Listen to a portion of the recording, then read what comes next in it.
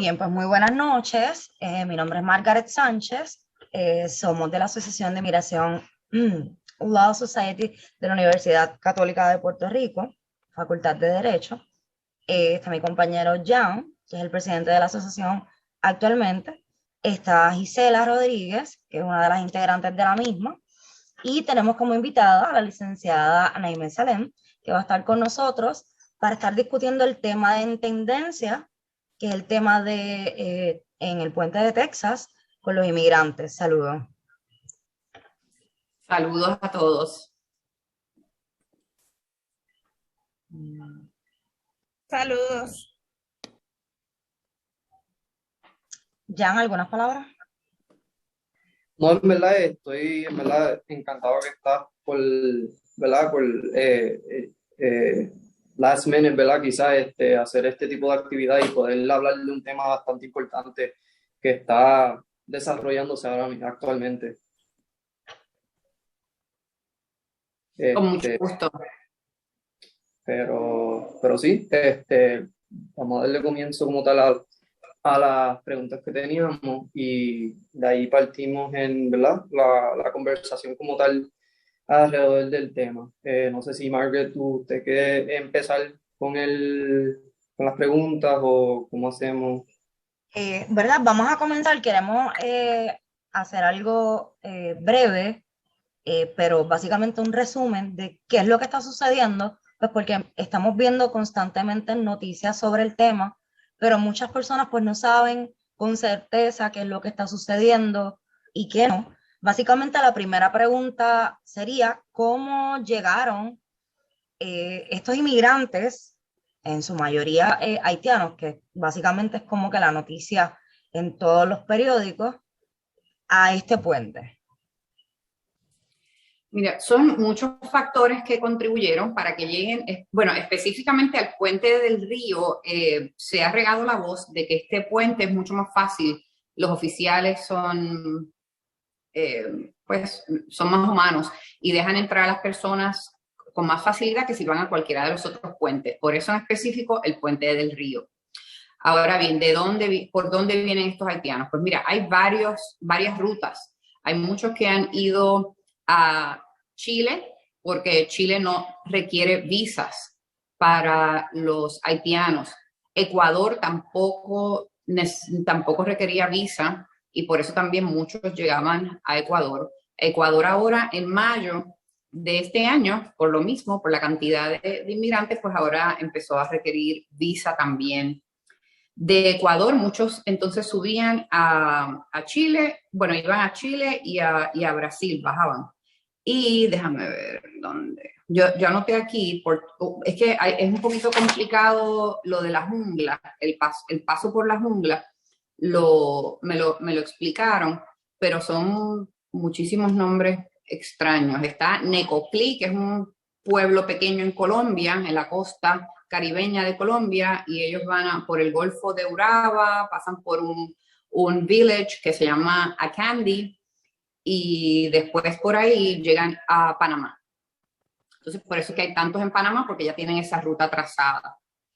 Pero, y luego, sí, eso básicamente de ahí es que vienen y fueron pasando. Muchísimos llegaron a Brasil por las Olimpiadas y después que se acabó el trabajo, pues entonces fue que decidieron irse a otros lugares.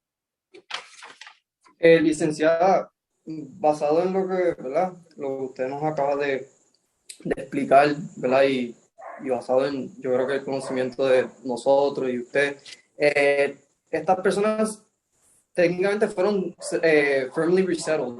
Entonces, ¿verdad? El argumento es, entonces, ¿qué caso de asilo tienen ellos, verdad? O sea, de hecho, y he podido hablar con varios agentes del Border Patrol, claro, por cuestiones legales, no pueden dar cara hoy o no pueden, ¿verdad?, divulgar, pero que yo ¿verdad?, pude sacar bastante información de ellos y, ¿verdad?, se está encontrando evidencia ¿verdad?, haitianos con IDs o, ¿verdad?, de otros países. Entonces, ya eso juega en su contra en un proceeding para asilo. Entonces, Entonces, ¿qué caso tendrían ellos? ¿Qué podrían argumentar ellos para poder, ¿verdad? O si no, ¿verdad?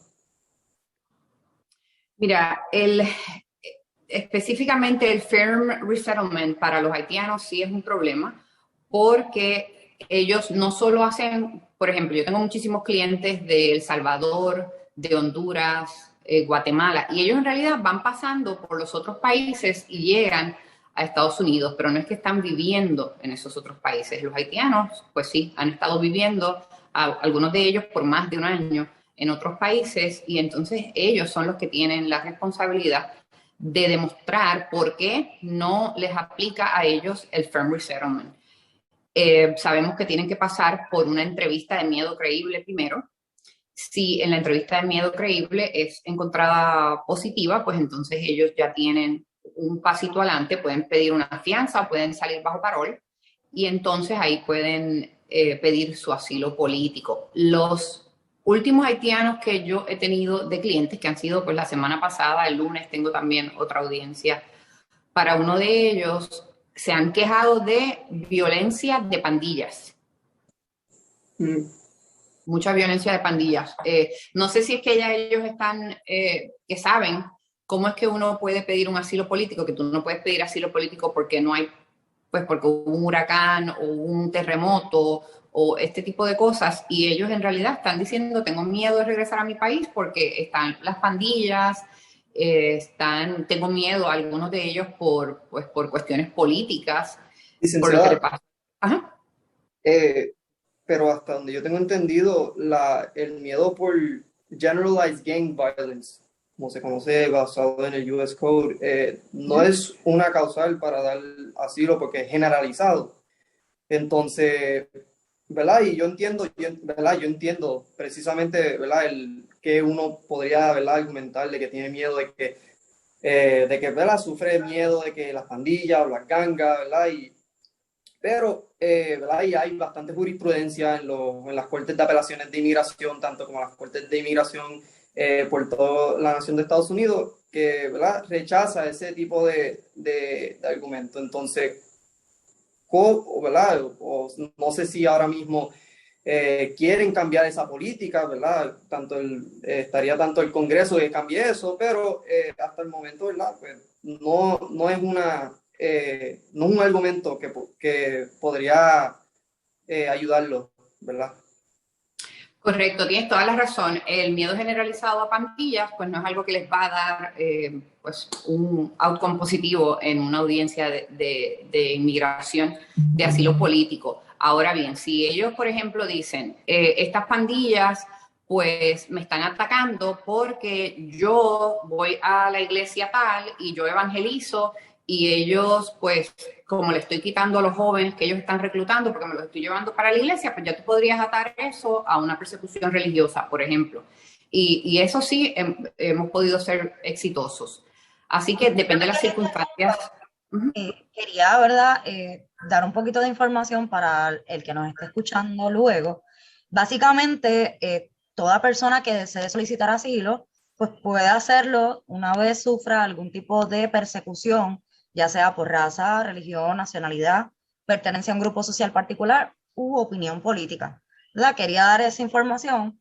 Esto está en la Ley de Inmigración y Nacionalidad para que cualquier persona que entienda que esto es importante o quiere buscar información más allá, pues sepa entonces dónde buscarla y a qué se debe, ¿verdad? Lo que estamos hablando particularmente del asilo que estamos mencionando ahora.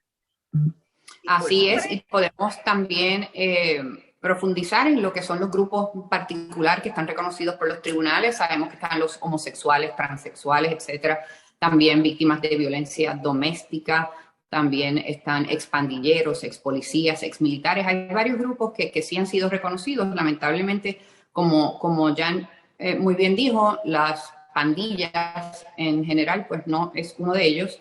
Y sí, los abogados de inmigración, especialmente los que somos miembros de la Asociación de Inmigración Nacional, EILA, siempre estamos tratando de buscar los argumentos para que se pueda ayudar a todas estas personas que son víctimas de extorsión o de reclutamiento, pero hasta ahora pues no hemos sido muy exitosos en cuanto a eso. Yo pregunto, ¿esas pandillas no se pueden relacionar, bueno, las pandillas a las que ellos hacen referencia, ¿verdad? Que tienen miedo, ¿no se pueden relacionar con la muerte del presidente de Haití? Hay una de las cosas que se pueden explorar es eso, porque a raíz del asesinato del presidente, pues mucha gente más se sintió que hay una desestabilización total en el país y claro que se puede utilizar eso como un argumento si fuera el caso. Licenciada, ¿verdad? Y concuerdo con usted que quizás, ¿verdad? Cada caso es distinto y yo creo que gang violence no necesariamente tiene que ser generalizado, ¿verdad? Como usted bien planteó, que puede ser específico porque puede ser por varias razones, ¿verdad? Como usted indicó de que si uno va a iglesia, o, ¿verdad? Por distintas razones. El problema ahora es, ¿verdad? La cantidad de personas, ¿verdad? Y que existe ahora mismo debajo del puente, que están tratando de ¿verdad? De apprehend allá cruzando el río. Es un desastre, es un caos. Yo creo que nadie lo puede negar a este punto, ¿verdad? El problema es el procesamiento, ¿verdad? Hay tiempo, hay los recursos suficientes para poder procesar tanta gente, ¿verdad? Porque ahora mismo yo creo que no es tanto que si tiene o no tiene el remedio, yo creo que, ¿verdad? Eso podría suceder. El problema es cuándo, ¿verdad? Y yo creo que tanto como utilizar el Title 42, como los expedited removals, y también en la política que de hecho el Tribunal Supremo de Estados Unidos recientemente upheld en una opinión, que lo de Remain in Mexico Policy, ¿verdad? Y quizás contradice un poco de lo que está haciendo el secretario de DHS, pero esas son las políticas que se están utilizando actualmente para quizás minimizar la cantidad de personas que hay que, ¿verdad? Y poder minimizar la gente en la corte, ¿verdad? No poner tantas personas en los pocos recursos que tenemos y que las personas que realmente tienen una causa, o sea, creíble y, ¿verdad? Genuina para asilo, pues que sí los tenga. ¿Verdad? Que ese es el problema. Lo que pasa es que hay personas que, pues, que no necesariamente tienen una causa, llenan las cortes, entonces las personas que sí, ¿cuánto tienen que esperar para obtenerlo? Ese yo creo que es ¿verdad? El centro del problema quizás aquí. No tanto de que si se le van a dar asilo o no. No sé si usted quiere abundar sobre el mismo. Sí, mira, en su momento más alto habían en el puente 14.872 personas. Ya de estas miles han sido, pues, removidas y puestas en aviones y se han ido para Haití. 2/3 de estas personas han sido madres con niños menores de edad y se está utilizando el título 42 para hacer esto, porque los únicos que están exentos del título 42 son los menores no acompañados. Así que todas las unidades familiares, madres con niños, padres con niños, familias, hombres adultos, mujeres adultas, todos están siendo removidos. Bueno, no todos, la mayoría están siendo removidos por el título 42. Pero, licenciado, ¿usted no cree que, ¿verdad? Y no sé si cuál es ¿verdad? Su opinión sobre, porque creo que hace poco un juez federal de Texas, ¿verdad? Rechazó DACA, que no sé si, ¿verdad? Usted está al tanto de eso, pero ¿y cómo podría afectar eso a los menores de edad que están cruzando? ¿Y cómo eso podría afectar los futuros aplicantes, ¿verdad? Ya la administración de Biden dijo que iba a apelar esa decisión en el quinto circuito, ¿verdad? Y todavía no tendremos que esperar que decide el quinto circuito, ¿verdad? Y si esto llega al Tribunal Supremo. Mira, en cuanto a DACA, no se van a ver afectados de ninguna manera las personas que vayan entrando a los Estados Unidos, porque para poder beneficiarse del DACA tenían que haber estado aquí en los Estados Unidos antes del 15 de junio del 2007. Así que cualquier persona que esté entrando después de esa fecha no se beneficia de DACA, así que nada que ver con las personas que estén tratando de entrar a los Estados Unidos, sean jóvenes o no. ¿Qué probabilidad tienen estos inmigrantes, verdad, de Haití? No sé si son haitianos nada más, si hay de otros países, No, hay de todos los países y siempre ha habido esta crisis en los puentes, principalmente desde que pusieron el MPP, y ahí fue que se complicó todo en los puentes. Pero lo de Haití es que recientemente, en las últimas semanas, han llegado miles y miles de haitianos. ¿Por qué? Pues ya sabemos todo lo que ha pasado en Haití, sabemos que estaba en otros países que se acabó el trabajo, como les expliqué ahorita, de Brasil, pero también dan TPS. Cuando ellos ven que se va Trump y que entra Biden, ellos dicen, bueno, ahora tenemos un gobierno que es más pro-inmigrante. Pero, ¿qué pasa? Les dan el TPS y todos entienden, no sé si fue mala información que les llegó o qué fue lo que sucedió, pero todos estos haitianos llegaron porque dijeron, ahora vamos a tener TPS. ¿Qué es TPS? Pues protección temporal. Yo voy con un TPS, yo estoy protegido contra deportación, yo califico para un permiso de trabajo, puedo pedir permiso de viaje si yo quiero regresar a mi país o ir a cualquier otro lugar. Tienes un seguro social, tienes licencia de conducir, básicamente tienes todos los beneficios que tiene un residente permanente o hasta un ciudadano americano. Pero, bueno, sabemos que es temporero, no es para siempre, pero usualmente cuando hay un TPS dura un sinnúmero de años. Lo que no saben es que tenían que haber estado dentro de los Estados Unidos julio 29 de este año. Así que todas esas personas que están entrando en el mes de agosto, septiembre, etcétera, no califican para ese TPS y no lo saben. Después que hacen todo ese camino tan difícil para llegar acá, se topan con que terminan en un proceso de remoción expedita. Licenciada. ¿Qué probabilidad, si alguna, tienen estos inmigrantes, verdad, que han tratado de entrar para que puedan tener una residencia legal permanente, aunque sea temporera? ¿Qué probabilidad, si alguna? No hay residencia permanente temporera. Eso no es algo que haya actualmente en la ley de inmigración. Y estas personas, cuando están entrando ilegalmente a los Estados Unidos, para lo único que califican es para pedir asilo político. No hay de otra. Ahora, estando dentro de los Estados Unidos, mientras ellos llevan su proceso de asilo político, si por un ejemplo se casan con un ciudadano americano, con un residente permanente, son víctimas de un delito, que puedan solicitar una visa U, se puede verificar si califican para alguna visa T. Entonces ellos pueden cambiar su proceso mientras ya están dentro de los Estados Unidos, pero para entrar, cuando están entrando a los Estados Unidos, lo único que pueden solicitar es asilo político, no residencia permanente. Sería de los últimos países que Biden le otorgó el TPS, entiendo que fue a Venezuela, y obviamente todos sabemos cuál es la gravedad de la situación en Venezuela, que también yo entiendo que para que un país se le otorgue este tipo de remedio, pues, ¿verdad? Tiene que ser una situación básicamente extrema, o sea, no es que todos los países lo van a tener de igual manera, entiendo yo. Correcto, sí.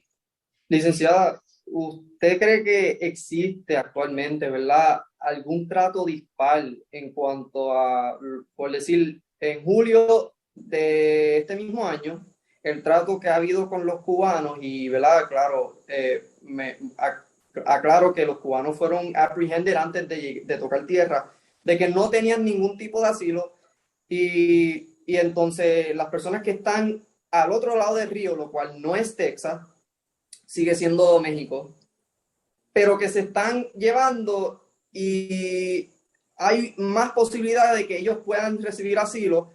Entonces, usted percibe que hay un trato dispar en cuanto a los cubanos y los centroamericanos que están llegando a Nicaragua, El Salvador, Honduras. No, la verdad es que no. Yo no he visto, no hay nada de lo que yo haya visto que justifique decir que hay un trato desigual por países. Yo tengo muchísimos clientes que son cubanos, muchísimos de Centroamérica, Sudamérica, y en realidad el proceso es exactamente el mismo. Ahora, para un cubano poder pedir asilo político, pues tiene que llegar a los Estados Unidos. Y pues antes se les podía dar el parol y ahora la diferencia es que no les están dando el parol, que los están deteniendo igual que si fueran de cualquier otro país. Tienen que pasar por la etapa del miedo creíble y ahora hay un argumento que estamos utilizando que cuando los dejan salir bajo palabra, que no tienen que pagar fianza, se está considerando como una admisión equivalente a un parol y no, ay, discúlpenme que me están llamando aquí. Eso me lo... Ok, disculpen. Entonces, al año y un día, pues pueden pedir su residencia permanente. Esa es la diferencia con los cubanos, pero no. Y quizás a lo mejor me aclaro un poquito, quizás no me explico un poco bien, pero en julio del 2021 de este año, el secretario de Homeland Security hizo un anuncio de que, ¿verdad? Ningún cubano saliendo de pues el panorama que existía con todo lo que estaba sucediendo allí en el país y el gobierno y pues él hizo un anuncio de que pues que si se capturaban en bote no iban a tener, si iban a devolver, no iba a haber ningún tipo de ayuda humanitaria en cuanto a ellos. Por eso es que hago la pregunta, ¿verdad? ¿Verdad? Porque obviamente ellos están llegando por agua, lo mismo que ellos están llegando por tierra y quizás ese sea uno de los factores, ¿verdad? Y cuanto el Coast Guard puede capturarlos y simplemente no tienen ninguna ayuda humanitaria, a diferencia de los otros que llegan por tierra en el Southwest Border, pues a ellos sí pues se los llevan y los procesan, ¿verdad? Pero a eso me refería. Ok, bueno, hay diferentes, depende de dónde los agarren en el agua, si eso se considera Estados Unidos, si están en un puerto de entrada, por ejemplo, en la frontera con México, pues si ellos se entregan y dicen que quieren pedir asilo político, pues se supone que les dejen pasar por su miedo creíble. Ahora, por el título 32, pues los están regresando y los están deportando. Los cubanos, es que es una situación de que si están en el agua y no se considera que están dentro de los Estados Unidos, pues todavía no calificarían para asilo político. No, sí, o sea, me refiero a que... el asilo político. Sí, porque me refiero ya estando lo que es legalmente entre lo que es las millas náuticas de lo que se conoce como Estados Unidos y sí todo lo que dice el secretario de Homeland Security, dice, allow me to be clear, if you take to the sea, you will not come to the United States. ¿Verdad? Y eso fue lo que dijo en el press conference. Pero nada, eso es lo que quería establecer. Sí, y yo pues para ir un poquito, profundizar un poquito más, cuando tú dices que no se les va a dar la ayuda, bueno, que dice Mallorca, que no se le va a dar ayuda humanitaria a las personas que vienen por agua, la realidad es que tampoco se le está dando ningún tipo de ayuda humanitaria a los que vienen por la frontera con México. La verdad es que no. O sea, están igualmente, o los deportan o les dan la oportunidad, pues los detienen, les dan la oportunidad de hacer miedo creíble, pero ayuda humanitaria como tal no se les está dando. Regresando al tema de los haitianos, ¿cuál sería entonces la línea de defensa tuya en relación a los clientes, ¿verdad?, que tiene haitianos ahora mismo? ¿Cuál sería la línea de defensa suya para poder lograr que ellos tengan ese asilo político, ¿verdad? Si es que se pudiera lograr. Mira, no hay una estrategia o una línea de defensa en general. Los asilos políticos son cada caso. Cada persona tiene circunstancias diferentes. Cada uno de ellos ha venido por motivos diferentes. Lamentablemente, si simplemente están pues huyendo de sus países porque hay pobreza, hubo unos terremotos, etcétera, esas personas no van a ganar un asilo político. Usted antes de aceptar un caso evalúa todos esos argumentos que ellos tienen. Claro que sí, en la entrevista inicial que hacen conmigo, yo les hago las preguntas de por qué ellos están huyendo de su país, por qué tienen miedo de regresar a su país, por qué la policía no los puede proteger, si hay posibilidad de relocalización, etcétera. Todo eso se habla en la primera entrevista y de ahí yo les digo qué posibilidades tienen de ganar o no el asilo. Okay. Licenciada, tengo dos preguntas. Actualmente el Congreso ahora mismo está discutiendo, mientras nosotros quizás estamos hablando, ahora mismo, a lo mejor ellos mismos están discutiendo ahora mismo, un paquete que dentro de ese paquete incluye lo que se conoce como Mass Amnesty. Yo creo que ya, no sé si en estos días ya decidieron no incluirlo. Los republicanos están bastante en contra de eso y yo creo que hasta algunos demócratas, incluyendo a Joe Manchin, que es de West Virginia. ¿Cuál es su, ¿verdad?, su opinión en cuanto a ¿verdad?, si es una solución? Si no es una solución, crearía más un problema que una solución. ¿Cuál es su, ¿verdad?, su punto de vista en cuanto a la amnesty? Bueno, una reforma migratoria como en general, que depende de las fechas que le pongan, porque no sabemos si, por ejemplo, dicen las personas que llevan en Estados Unidos 10, 20 años, han estado por todos esos años pagando impuestos, tienen hijos ciudadanos americanos, si ponen unos requisitos específicos, puede ser que haya más aceptación, pero si dicen vamos a arreglar a los 11 millones de personas indocumentadas que están en los Estados Unidos, eso no va a funcionar. Yo creo que lo que tiene más posibilidades de que pase en el Congreso sería lo de hacerlo por partes, como por ejemplo el DACA, el TPS, Essential Workers, agricultores. Si por lo menos esas personas pues pueden obtener una residencia permanente y eventualmente una ciudadanía, pues ahí podrían ayudar a una buena población que eventualmente pues viene lo que es el chain migration, entonces ellos pueden pedir a familiares y podrían estabilizar un poco la situación migratoria de esos millones de indocumentados que hay aquí en Estados Unidos. Sí, sí. De hecho, actualmente se aproximan, no, ¿verdad?, porque eso no es un número cierto, pero aproximadamente hay 22 millones indocumentados dentro de Estados Unidos, claro, lo que resultaría, yo digo, un desastre para quizás muchos estados, que se conviertan 22 millones nuevos ciudadanos. Y, ¿verdad?, y no tiene nada que ver con racismo, sino que es un sinnúmero de problemas, factores que involucran un montón de cosas que quizás que no tienen nada que ver con inmigración, sino con otras cosas que tienen que ver con la economía y, ¿verdad?, y quizás el sistema de taxes de Estados Unidos. En cuanto a yo sinceramente, volviendo para atrás en cuanto a la solución, en cuanto a este problema, actualmente Texas tiene, no me acuerdo cuántas millas eran, que dejaron de construir el muro, eran ciento y pico de millas, bastantes millas. Los materiales están tirados en el piso. Yo creo que si cualquier persona viaja El Paso, ahora mismo, de hecho, un reportero de Fox News viajó a la frontera y los materiales para terminar de construir el muro todavía están allí tirados. No es que se dejaron de pagar y nunca llegaron los materiales, es que ya se pagó. O sea, es que lo que se pagó ya se pagó.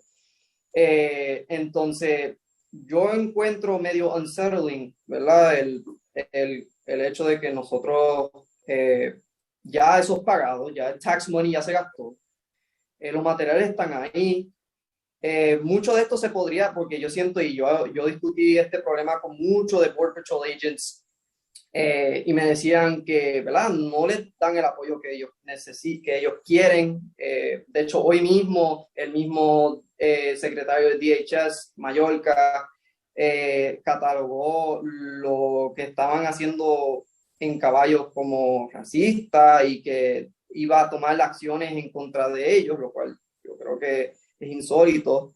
Pero, ¿verdad?, porque hasta cuando ellos quieren tratar de hacer su trabajo no pueden. Entonces, yo lo que veo es que si se hubiese terminado el muro, yo creo que porque no podrían pasar, porque no hay suficiente agente, no hay recursos, entonces se le quita funding. Bueno, de hecho, se le bajó el funding este año fiscal, bajó. ¿Verdad? Ese es mi punto de vista. Yo creo que quizás ese problema podría bajar. Yo apoyo mucho el Remain in Mexico Policy, funcionó antes. Yo creo que estamos bastante avanzados con este problema. Yo creo que, ¿verdad? No veo progreso. Yo creo que cada día se empeora más esto. Y quizás no tiene nada que ver, pero en cuanto, por decir, mirando hasta la situación con los afganos, de hecho, ya en una semana han habido 3 investigaciones, dos o tres investigaciones ya en cuanto a los afganos que han traído, porque o violaciones con mujeres, o han atentado contra una mujer o un niño, y son dentro de bases militares, y son personas que no fueron embedded, llegaron aquí a Estados Unidos, no sabemos quiénes son, no sabemos su historial, no sabemos cuál es su ID, su nombre, simplemente llegaron. Lo cual yo catalogo, ¿verdad? Lo que está haciendo la administración ahora mismo, ¿verdad? Un caos, una crisis, y yo creo que soluciones hay de más, y yo creo que, ¿verdad? Es triste ver que muchas personas que realmente tienen una causa para asilo estén esperando meses, años, quién sabe, nunca, por todo lo que está sucediendo ahora mismo. Y pues, Mario, no sé si tiene algo que decir. Sí, básicamente, quedándonos en el mismo tema, estuve evaluando aquí una noticia que en el día de ayer, ya aproximadamente para el mediodía, estuvieron ya removiendo los últimos inmigrantes que se encontraban en el puente, o sea que básicamente ya todo el mundo está siendo procesado. Supongo entonces que el proceso, valga la redundancia, estas personas entonces, todo aquel que decida solicitar el asilo, pasaría a algún tipo de entrevista o de igual manera va a recibir un expedited removal. ¿Cuál sería entonces el proceso en este caso una vez ya haya sido registrado? Sí, ahora pues la mayoría de las personas están siendo deportados como habíamos hablado anteriormente, por el título 42. Ahora, estas personas que no están siendo deportadas y que vayan a pasar por el proceso, pues el proceso es pedir una entrevista de miedo creíble con un oficial de asilo. Si ellos salen creíbles, entonces ya tienen la oportunidad de que les den un parol o que se pida fianza.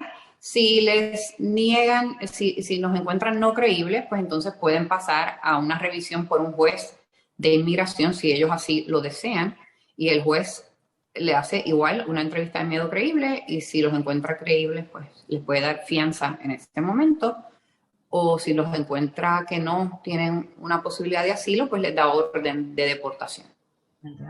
En mi opinión, yo considero que el muro, el famoso muro, puede quizás sí ser una posibilidad, pero básicamente las personas inmigrantes, ante la necesidad, van a buscar el medio, van a buscar la forma de llegar, ya sea a Estados Unidos o a Puerto Rico o de igual manera a cualquier otro país, que yo pues, supongo, ¿verdad? Que no es como que no es la esperanza, básicamente, ¿no?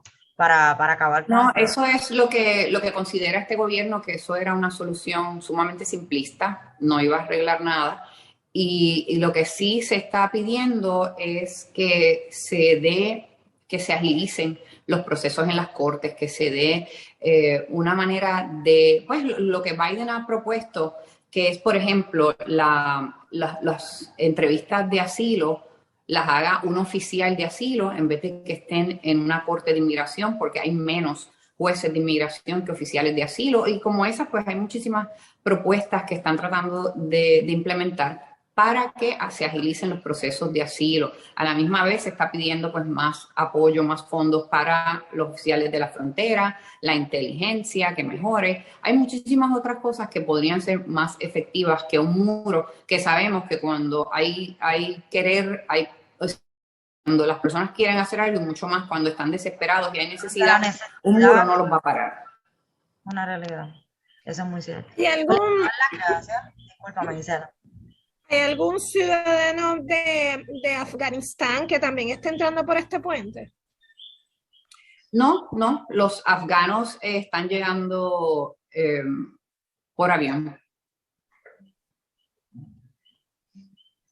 ¿Alguna otra pregunta, alguna duda que tengan, algún comentario que podamos entonces dar ya por finalizada la entrevista, conversatorio? Nada, yo lo que quería era, ¿verdad? Que pues lamentablemente, pues obviamente los agentes que yo entrevisté no pueden estar, obviamente por cuestiones legales. Pero nada, hablando de lo que ellos me expresaron y, ¿verdad? Las frustraciones que tienen con la administración actual, ¿verdad? Y simplemente pues ellos se sienten solos, básicamente, para decirlo así. No tienen el apoyo que necesitan. Y en cuanto al muro, de todos los agentes que yo hablé, yo creo que todos estuvieron de acuerdo que era una política que se debió implantar para poder hacerle el trabajo más fácil a ellos, ¿verdad? No se trata de que no vaya a parar el problema, sino que se le hace más fácil el trabajo a ellos. Y pues yo entiendo eso, pero nada, el problema es que ya el muro se había pagado, ya todo se había comprado, y el que quiera cruzar puede cruzar, ese es el problema. Pero